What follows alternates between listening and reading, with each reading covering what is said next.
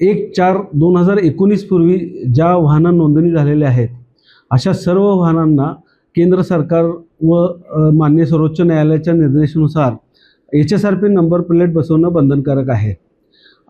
1/7/2026 पासून HSRP number plate न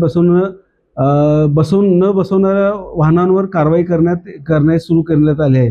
आजपर्यंत आपल्या कोल्हापूर ऑफिसतर्फे 431 वाहनांवर कारवाई केलेली आहे आणि सर्व नागरिकांना असं आवाहन करण्यात येत आहे की आपले जर वाहन 1/4/2019 पूर्वी जर नोंदणी झाली असेल तर त्याला HSRP बसवणे बंधनकारक आहे। सर्व नागरिकांना असं आवाहन करतो की आपण आपल्या वाहनाची HSRP नंबर प्लेट बसवून घ्यावी आणि जर आपल्याला नंबर प्लेट बसवण्याकरता काही अडचण येत असेल तर RTO ऑफिस कोल्हापूर येथे आपल्याला मार्गदर्शन करण्याकरता सुविधा केलेली आहे।